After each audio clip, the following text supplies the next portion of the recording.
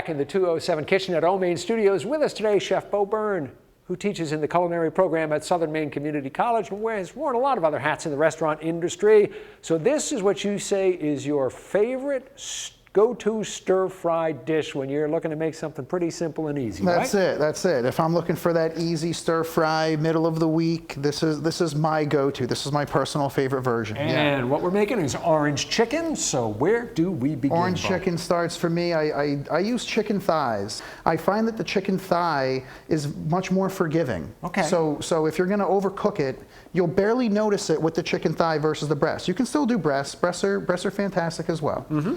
So a little light cornstarch dredge. Yeah, like this. And I've heated some oil. And we're just gonna do a little light fry on these. This is a very shallow fry, so you'll notice the oil doesn't go over the food at all, which means that now we are responsible. So you got to keep a close eye on this. That's it, yeah. So we got to flip it over to cook the other side. So it'll take about maybe 2 minutes per side. And the other little trick here is you don't want to really overcrowd the pan. If you add too much food to it at once, you're going to drop the temperature of the oil, and then it's not really effectively going to fry anything at all. Right. And recovery is important too. Once you take this batch out, give it a few moments as well to kind of heat back up as well before you just reload it. Okay. So 2 minutes per side or so, and then you give it a little flip. You can use a pair of tongs or one of these kind of little spider strainers is what I use. Mm-hmm. And then this is where we land here. So now this is on just a little paper towel lined plate here. This is that cornstarch dredged, crispy fried chicken. So it's gonna cook almost completely at this stage here, so you don't really have to worry too much about when it's added to the sauce, because it's only gonna be in the sauce for a few moments. So that could be a concern. While the chicken's cooking, we have to make the sauce. So in this pan here, we're gonna do a little bit of some chicken stock. Mm-hmm. You can make your own, or you can buy this in the soup section at the grocery store. We have a little bit of soy and sesame. And then the last piece of the orange chicken, I believe, to me, you'll read some things about orange juice and this and that, skip those. Go for the orange marmalade, okay, right next to the peanut butter and jelly in that aisle. This is the key to that orange chicken, the way that you've had it, the way that you want this to be.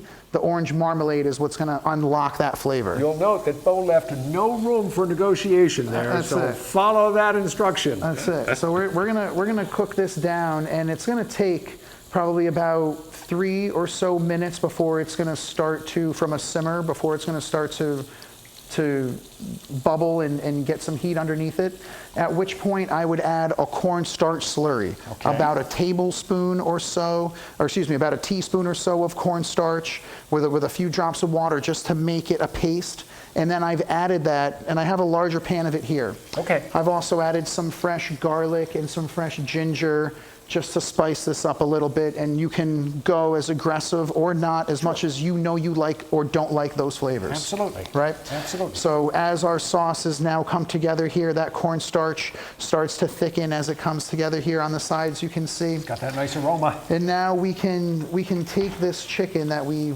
did earlier, and we can relaunch that right back into the sauce. And now you'll note that most of the time that you've had Chinese food delivered, somehow the vegetables come to you and they still are crisp and they still have some life to them, but somehow when we do it at the house, we always continue to overcook them. So I recommend just throwing in these vegetables right now at this stage. I've got some thick cut onions, some large florets here of broccoli, and then we're gonna do some yellow bell pepper, but you could really do whatever you wanted to. So you don't want the vegetables to be in there for too long? That's how you avoid the overcooking? That's the key here, is really now it's just gonna be a quick stir. This sauce is like boiling hot magma, okay? This is very hot sauce, so it's gonna continue to carry over cook as we go and plate this dish.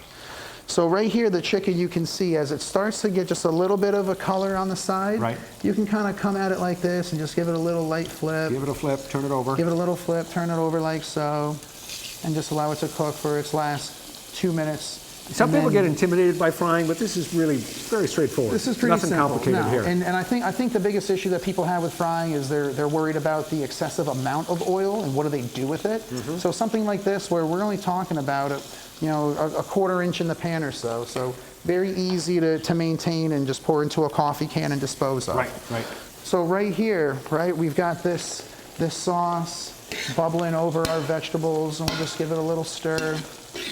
I'm going to serve this over some rice. So whatever rice that you like to do, I'm doing a 1 to 1.5 ratio here, but you might go with a short grain Japanese rice, which is a 1 to 1 ratio, but just follow the instructions of your rice, because they're always different. Every rice is different. So we're ready to plate this now. If you want to pass me one of those, we've prepared a little bit of some rice here, and I would just take some of this and pack down a little section of rice like that. Okay. As Bo is getting this on the plate, we'll let you know where you can find the recipe, which is, as always, on our app or website. Just head to the 207 section of newscentermaine.com. You'll find the recipe for Bo Byrne's orange chicken. And as we said, the idea with this is it's something that comes together quickly. We said to Bo, what do you make for yourself after a long day at work? When you come home and want something that comes together quickly, this is it. Is one of the dishes. This is it. In the amount of time it takes to cook the rice, everything else can come together. So start with the rice. The rice is probably about 20 minutes or so, most of the time, 20 to 30 minutes. Everything else comes together in the meantime. There it is, good to go. And don't forget, marmalade. That's it, orange marmalade. Stay with us. We're going to be back with more of 207 right after this.